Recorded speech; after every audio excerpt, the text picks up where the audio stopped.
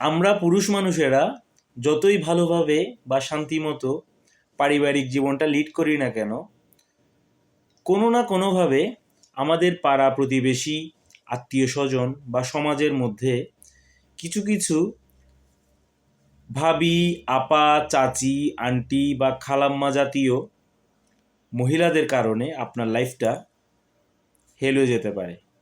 একটা ছোট্ট উদাহরণ দিয়ে বলি, দেখা গেল আপনার ওয়াইফের সাথে এসব মহিলাদের রাস্তাঘাটে, পার্কে, মার্কেটে বা বাচ্চাদের স্কুলে দেখা হয়ে গেল।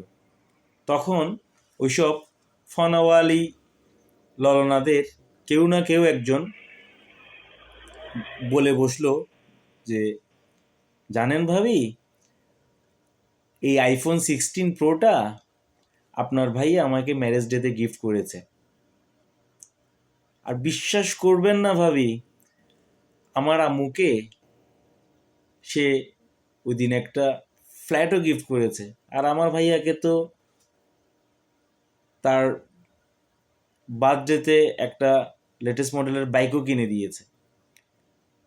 দেখেন ভাই, হাজার হলেও মেয়েদের মন এইসব কথাবার্তা কিছু না কিছু আপনার ওয়াইফ বাইরে থেকে শুনে এসে আপনাকে একটু করে হলেও বলবে। এইসব হাবিজাবি কথাবার্তা মেয়েদের মনে খুব বাজেভাবে এফেক্ট করে এবং এগুলোর কারণে সাংসারিক জীবনে অনেক ধরনের রিয়েকশন সে দেখাতেও পারে।